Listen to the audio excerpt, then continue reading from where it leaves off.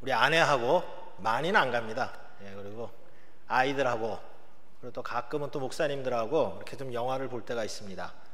그러면은 가끔 좋은 영화들이 있어요. 우리나라에서도 촬영해서 한번 화제가 된 영화인데요, 2015년 4월 달인가 아마 개봉됐습니다. 어벤져스2 에이지 오브 울트론이라는 영화가 있었는데요, 아마 보신 분도 계셨을 거예요. 1000만 명 이상 관람하여 선풍적인 인기를 끈 영화입니다. 이 영화는요, 보면은 아이언맨, 토르, 또 캡틴 아메리카, 모르시는 분들은 뭐야 그럴지 모르겠는데 그런 인물들이 나와요. 블랙 위도우, 호크아이, 헐크, 그야말로 인간의 힘을 능가하는 초인과 같은 이 슈퍼 히어로들이 등장해 갔고요, 악의 세력으로부터 지구를 구하는 그러한 내용입니다. 가만 보면 뻔한 내용인데 그 스케일이 아주 너무 웅장하고요, 또 구성이 탄탄하고, 그리고 그야말로 헐리우드의 유명한 배우들이 다 나와서 전 세계적으로 인기를 끈 영화입니다. 제가 중학교 때로 기억하는데 우리 반 일진 녀석하고 시비가 좀 붙은 적이 있었어요. 키도 저보다 좀 작고 만만해 보여서 한번 하려고 그랬는데 가만히 이렇게 보니까 주변에 다른 일진들이 저를 이렇게 노려보고 있는 겁니다. 그래서 이거 잘못하다 큰일 나겠구나. 결국 아무 말도 못하고 꼬리를 내린 적이 있습니다. 그게 얼마나 분하고 창피한지 꿈속에서요, 당시 유행하던 600만 불 사나이라고 있었어요. 제가 600만 불 사나이 같은 그 초인이 되어서 일진 녀석들을 갖다가 신나게 혼내주던 그런 꿈을 꾼 적이 있었습니다. 이처럼 평범하고 정말로 힘없는 소시민들은 살아가면서 어린 시절 저처럼 한두 번은 나도 정말 초인과 같은 능력을 가진 슈퍼 히어로가 되어서 나를 괴롭히는 나쁜 놈들, 나를 못살게 하는 이러한 사람들을 혼내주었으면 하는 그러한 생각들을 한두 번은 해보았을 것입니다. 이 어벤져스라는 영화는 그러한 사람들의 마음에 대리만족을 줌으로써 아마 인기를 끌었던 것 같아요. 그런 점에서 볼 때 역사상 이 예수님만큼 슈퍼 히어로의 조건을 갖춘 그러한 인물은 없었습니다. 하나님의 아들이신 예수님이야말로 그야말로 마음만 먹으면은 이 세상에 가득한 악의 세력을 일거에 소탕하는 것은 그야말로 식은 죽 먹기였을 것입니다. 겟세마네 동산에서 마지막 기도를 마치시고 가룟 유다가 유대인들을 이끌고 예수님을 잡으러 왔을 때, 이때 베드로가 분에 못 이겨 대제사장의 종인 말고라는 종의 귀를 자른 적이 있었습니다. 이때 예수님께서 무엇라고 하셨습니까? 나는 내 아버지께 구하여 지금 당장이라도 12군단 더 되는 천사를 보내게 할 수 있다, 이렇게 말씀하셨어요. 마음만 먹으면 얼마든지 십자가에 달리시지 않고 그야말로 천군 천사들을 이끌고 나아갔고 이 세상을 단번에 바꾸실 만한 그러한 능력이 있는 분이시지만 그렇게 하시지를 않았습니다. 왜 그러셨겠습니까? 이 예수님의 사역의 목적은요, 어벤져스와 같은 그런 슈퍼 히어로들처럼 힘으로 악의 세력을 응징하는 것과는 전혀 달랐기 때문입니다. 그런 점에서 오늘 본문에 기록된 예수님께서 마귀, 즉 사탄에게 시험을 받는 장면은 우리에게 많은 시사점을 주고 있습니다. 1, 2절 말씀을 보면은요, 예수님께서 성령에게 이끌려 마귀에게 시험을 받으러 광야로 가사 40일을 밤낮으로 금식하신 후 줄이셨다, 이렇게 기록이 되어 있습니다. 문맥을 보면은요, 예수님께서 일부러 사탄에게 시험을 받기 위하여 광야로 가신 것처럼 이렇게 보여요. 그런데 공동번역 성경을 보면은 좀 상황이 다릅니다. 제가 다시 한번 읽어보겠습니다. 예수께서는 요르단강에서 성령을 가득히 받고 돌아오신 뒤 성령의 인도로 광야에 가셔서 40일 동안 악마에게 유혹을 받으셨다. 그동안 아무것도 잡수시지 않아서 40일이 지났을 때는 몹시 허기지셨다. 조금 뉘앙스가 다르죠.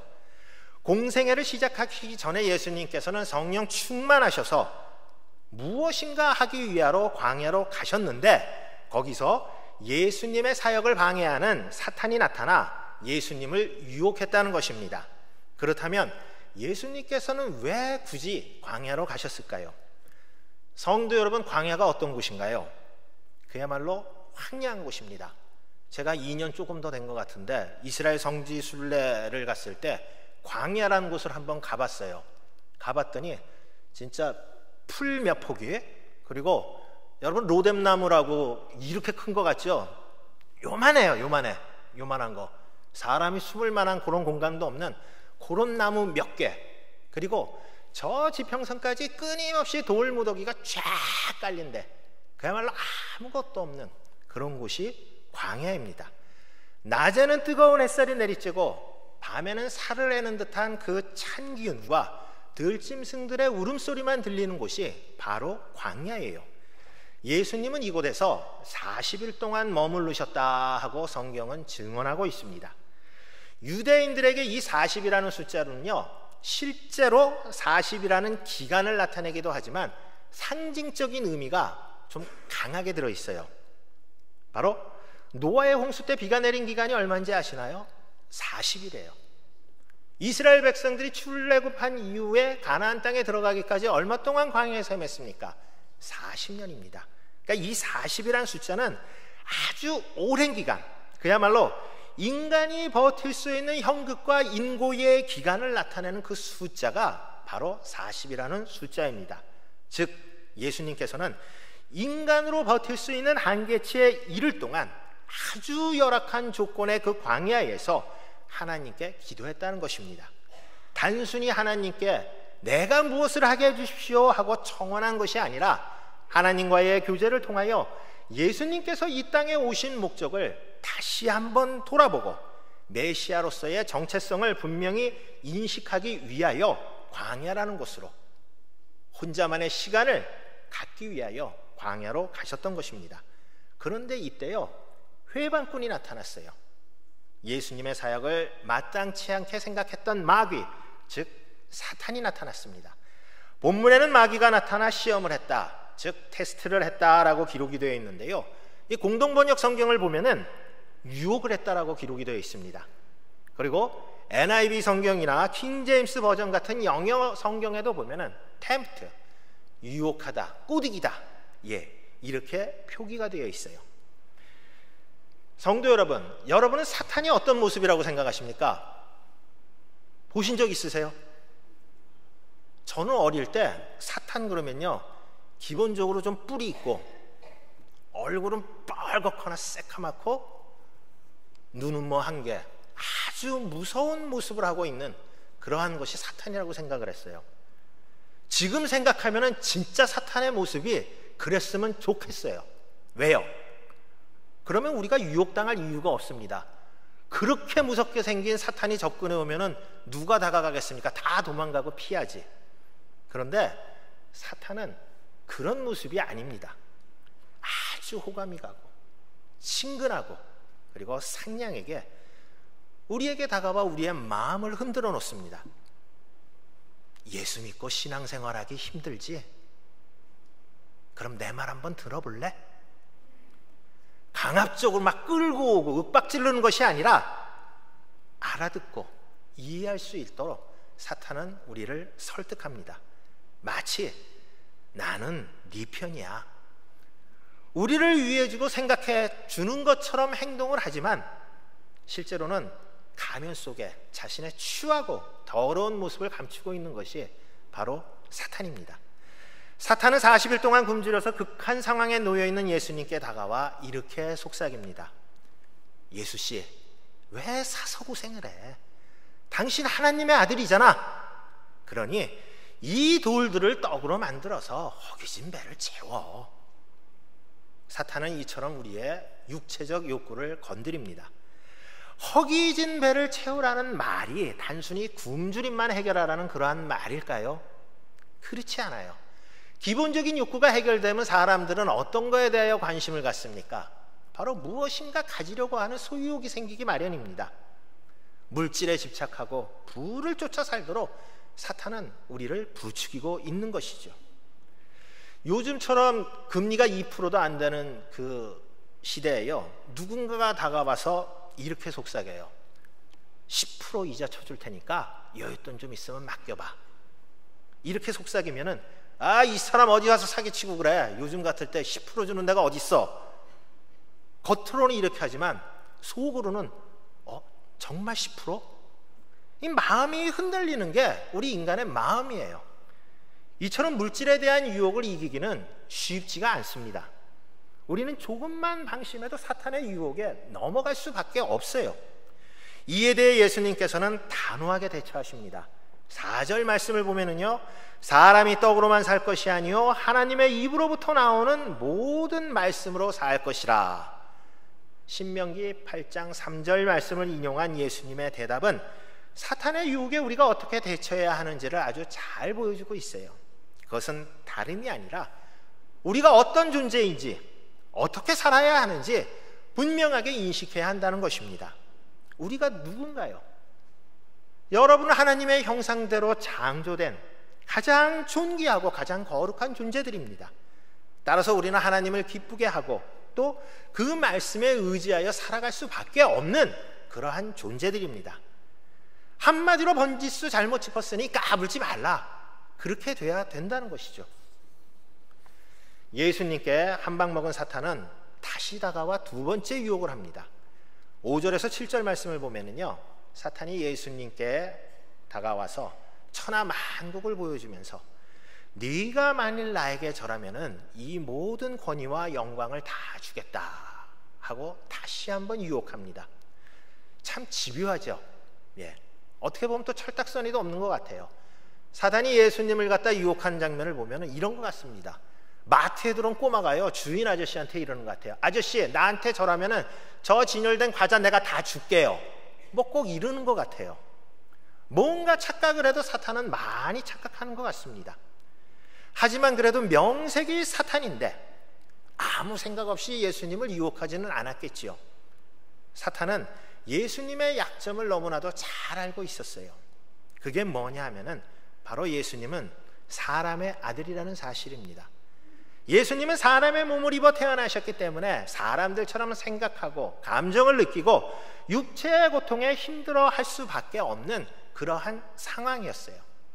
하지만 예수님은 사람의 아들이기 이전에 전능하신 하나님 그 자체이십니다. 사탄은 예수님께서 사람의 아들이라는 몸에 맞지 않는 옷을 벗어버리고 원래대로 전능하신 하나님으로서, 하나님의 아들로서의 자신을 드러내라고 부추기고 있는 것입니다.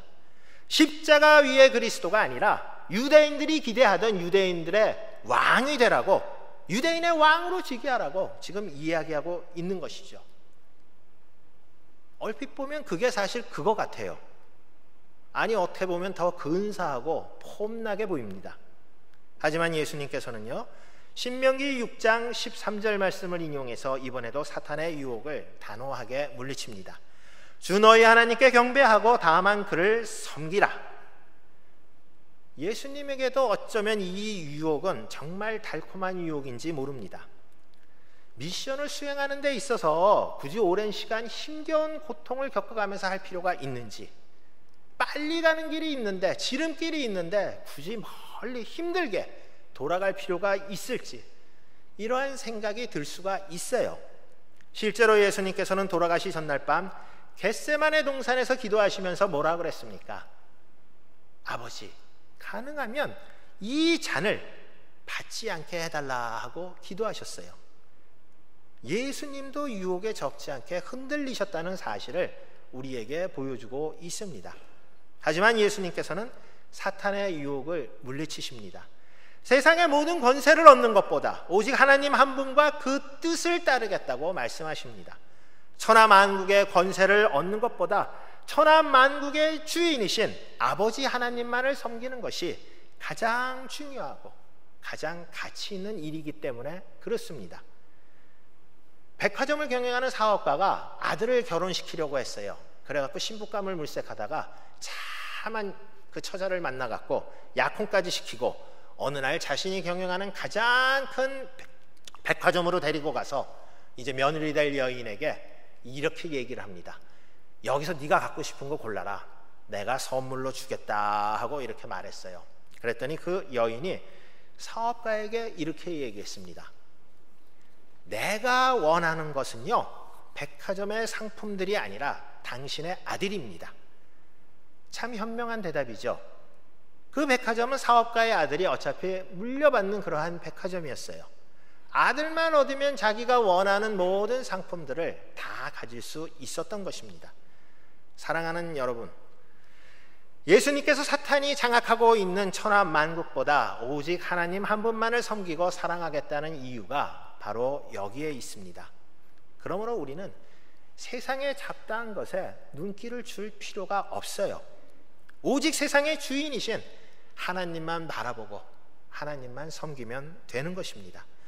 우리가 한눈을 팔지 않고 하나님만을 한결같이 바라보고 살아갈 때 하나님께서는 우리의 필요를 채워주시고 부족한 것을 넘치게 하시며, 그리고 우리의 영혼을 바른 길로 인도하여 궁극적으로는 그리스도와 함께 천국에서 영원한 생명을 얻게 하여 주실 것입니다.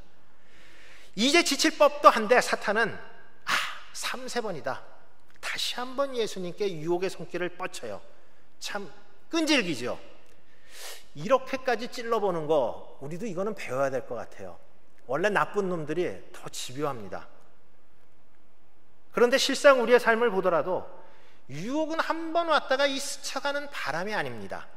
우리가 무너질 때까지, 넘어질까 끝까지 부지런히 쫓아와서 우리를 찔러보고 또 찔러봐요. 사탄은 다시 예수님께 찾아와 예루살렘 성전 꼭대기에 세운 다음 이렇게 말합니다. 네가 하나님의 아들이라면 여기서 뛰어보아라. 그러면서요, 시편 91편 11절에서 12절 말씀을 인용하여 하나님이 너를 위하여 그 사자들에게 너를 지키게 할 것이다. 그들이 손으로 너를 받들어 네 발이 돌에 부딪히지 않게 할 것이다 하면서 하나님께서 다 알아서 해주실 텐데 무엇이 두렵느냐? 다시 한번 유혹을 합니다. 여기서 우리를 당혹스럽게 하는 거는요, 사탄이 성경을 인용해서 예수님을 유혹하고 있다는 거예요. 두 번째 유혹까지는 예수님께서 성경 말씀을 인용하여 사탄을 물리치셨는데, 이번에는 사탄이 성경을 인용하여 예수님을 유혹하는 아주 새로운 전술을 구사하고 있다는 것입니다. 이 보통 영악한 게 아니에요. 사탄은 실제로 여호와의 증인이나 신천지 같은 이단 한번 보세요. 기가 막히게 성경을 찾아 들이대면서 기성교인들의 무지한 성경 지식을 파고들어 부끄럽게 만듭니다. 아니, 이것도 모르셨어요? 마치 자기들만 새로운 비밀을 알고 있다는 듯이 이렇게 우리의 호기심을 자극시켜요. 가만히 듣다 보면 이들이 이야기하는 것이 진리인 것 같고 생명의 말씀인 것처럼 실제로 들립니다. 그런데 실상은 어떻습니까?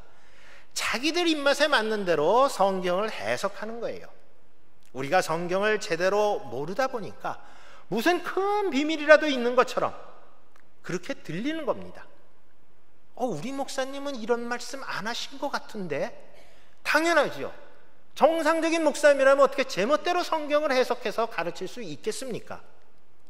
우리가 성경을 제대로 모르니까 엉뚱한 거를 듣고도 그게 제대로 진리의 말씀처럼 들린다는 거예요. 따라서 우리가 사탄의 이러한 공격을 물리치기 위해서는 성경을 제대로 알아야 합니다. 부지런히 성경을 읽어서 성경의 맥락을 이해하는 동시에 말씀 하나하나를 정말 세심하게 묵상해서 성경의 오묘한 진리를 깨달아야 해요. 성경 통독과 큐티가 중요한 게 바로 이러한 이유 때문에 그런 겁니다. 그래야 사탄이 성경을 가지고 우리에게 장난질을 하더라도 어디 까불고 있어 당당하게 물리칠 수 있는 것입니다. 그렇다면 사탄이 성경까지 들먹이면서까지 예수님을 유혹한 이유는 바로 무엇이겠습니까? 그것은 예수님으로 하여금요, 하늘의 영광보다는 세속적 영광을 구하게 함으로써 그리스도를 통한 하나님의 인류 계획을 완전히 수포로 돌아가게 하기 위해서, 바로 그래서 그랬던 것입니다. 다시 말씀드려서 이제 뒤에 숨어 있지 말고 대중들 앞에 당당하게 나타나서 한 몸의 스포트라이트를 받는 슈퍼히어로가 되라. 사탄은 이렇게 얘기하고 있는 거예요. 만약 예수님께서 사탄의 말을 듣고 성전 꼭대기에서 뛰어내리셨더라면 주님은 고난을 겪지도 않고 사람들에게 그 위대한 신적 능력을 보여줌으로써 메시아로 추앙받고 이스라엘 왕으로 즉위할 수 있었을 것입니다. 하지만 이것은 사탄이 원하는 거예요. 예수님께서 만약 그렇게 하셨더라면 우리는 지금도 사탄의 지배 아래서 죄에게 종노릇하고 살 수밖에 없었을 것입니다. 사탄의 유혹에 대해 예수님께서는 신명기 6장 16절 말씀을 인용하여 주 너의 하나님을 시험하지 말라 하시면서 자신의 정체성과 소명을 버리도록 충동질하는 사탄의 유혹을 단호하게 물리칩니다. 이러한 유혹은 예수님께서 십자가에 달리셨을 때도 똑같이 재현됐어요. 마태복음 27장 말씀을 보면은 예수님의 처형장에 몰려든 그 유대인들이요, 예수님을 빈정대며 이렇게 얘기했습니다. 성전을 헐고 사흘이면 다시 짓는다는 자야, 네 목숨이나 건져라. 네가 정말 하나님의 아들이거든 어서 십자가 위에서 내려와 보아라. 그렇게 조롱했죠. 하지만 예수님께서는 죽음을 무릅쓰고 사탄의 유혹을 단호하게 물리치셨습니다. 사랑하는 성도 여러분, 우리는 오늘 말씀을 보면서요, 사탄이 예수님을 유혹하는데 일정한 패턴이 있다는 사실을 우리는 볼 수가 있습니다. 그것은 바로 네가 바로 하나님의 아들이거든 하는 그러한 표현입니다. 우리는 예수님께서 사탄의 유혹을 아주 쉽게 물리쳤을 거라고 생각을 하지만 사탄이 유혹한 예수님은 하나님의 아들이 아니라요, 우리와 똑같은 인간, 물질적인 욕망에 민감하고 세상 권세를 탐하고 사람들의 인기를 얻기를 좋아하는 그러한 존재였습니다. 그 유혹을 이겨내고 떨쳐버리기가 사실 쉽지 않았다는 거예요. 그렇다면 네가 하나님의 아들이거든을 우리 자신에게 한번 적용해서 생각해 보시죠. 사탄이 우리에게 다가와 이렇게 유혹을 합니다. 네가 하나님의 자녀라면 너는 어떻게 살겠니? 이러한 유혹은요, 우리에게 그리스도인으로서의 정체성을 흔들게 하고 또 신앙인으로서 살아가는 그 자존심에 상처를 줍니다. 우리가 그 유혹을 따르지 않으면요, 세상을 살아나가는 데 있어서 불이익을 당할 때도 있어요. 저 돌대가리 같은 예수쟁이들, 이러한 수모와 그리고 멸시를 당할 수도 있습니다. 신변의 위협과 불안을 느낄 수밖에 없다는 거예요. 그렇기 때문에 사탄의 이러한 유혹은 떨쳐버리기가 정말 쉽지가 않습니다. 예수님께서 사람의 아들이 아니라 하나님의 아들로서 유혹을 받았다고 생각을 해보십시오. 아마도 간단하게 물리칠 수 있었겠지요. 하지만 사람의 아들로 당하는 유혹이었기 때문에 그 유혹을 견디기가 정말 쉽지 않았습니다. 따라서 유혹을 당하신 예수님의 이야기는 남의 이야기가 아니라 바로 저와 여기 계신 우리 성도 여러분의 이야기가 되는 것입니다. 사랑하는 성도 여러분, 우리는 세상을 살아가면서 수많은 유혹에 직면합니다. 세상의 가치와 인간적인 욕구에 따라 움직일 것인가, 아니면 하나님의 뜻에 따라 살 것인가 선택해야만 하는 그러한 상황에 우리는 수도 없이 직면하게 됩니다. 이때마다 우리는 예수님께서 어떻게 사탄의 유혹을 물리치셨는지 한번 생각해 볼 필요가 있어요. 예수님께서는 십자가의 죽음이라는 마지막 그 상황에서 슈퍼히어로가 되라는 그러한 유혹에 직면하셨어요. 그것은 상황을 반전시킬 수 있는 어쩌면 마지막 기회였는지도 모릅니다. 하지만 우리 주님은 그 유혹에 굴복하신 것이 아니라 죽음으로써 그 유혹을 이기셨습니다. 그리스의 시인이자 소설가인 니코스 카잔차키스의 영혼의 자서전이라는 소설에 이러한 이야기가 있어요. 주님, 제 몸은 활입니다. 너무 세게 당기지 마십시오. 부러질까 두렵습니다. 하지만 주님께서 원하신다면 마음껏 당기세요. 까짓거 부러뜨리게 하시겠습니까? 정말 좋은 이야기인 것 같아요. 우리는 세상의 유혹 속에서 이러한 당당함을 가지고 살아야 하겠습니다. 우리는 평생 유혹이라는 무거운 짐을 우리는 등에 짊어지고 살아갑니다. 13절 말씀을 보면 사탄은 모든 시험을 다한 후에 완전히 굴복한 것이 아니라 잠시 예수님을 떠났다고 이렇게 기록이 되어 있어요. 그 후에도 사탄은 끊임없이 예수님을 유혹했습니다. 유대 종교 지도자를 통해서, 심지어는 예수님의 제자인 베드로를 통해서, 수많은 군중들을 통해서 예수님을 유혹하고 실족하기를 바랬습니다. 유혹은 우리가 힘들고 약할 때만 찾아오는 것이 아니에요. 우리가 강할 때는 교만으로 찾아오고요, 우리가 약할 때는 의심과 낙심으로 유혹합니다. 우리가 평안할 때는 세상의 방탕과 향락으로 유혹하고, 우리가 힘들고 고난의 때에는 하나님에 대한 불신과 원망으로 우리를 유혹합니다. 우리가 세상에 사는 동안 사탄과의 휴전은 없습니다. 끊임없는 전쟁뿐이에요. 아차하는 순간에 우리는 파멸의 나락에 떨어질 수도 있습니다. 그래서 성경은요, 우리에게 늘 깨어 근신하라 하고 말씀하고 있는 것입니다. 우리가 한번 유혹에 굴복하게 되면은요, 그것을 빌미로 사탄은 우리 몸을 숙주로 삼아 결국은 우리의 영혼을 갉아먹고 말 것입니다. 하나님은 우리가 감당치 못할 유혹은 허락하지 않으신다는 사실을 확신하면서 오늘도 예수님께서 어떻게 사탄의 유혹을 물리치셨는지 기억하면서 말씀과 기도로 담대하게 세상을 이기며 살아가는 우리 성도 여러분들이 되시기를 주님의 이름으로 축원합니다. 하나님 아버지, 우리는 세상을 살아가면서 수많은 유혹 때문에 때로는 넘어지고 때로는 실족하곤 합니다. 우리가 이 세상 살아가면서 감당하기 힘든 유혹에 직면할 때마다 우리 주님께서 사탄의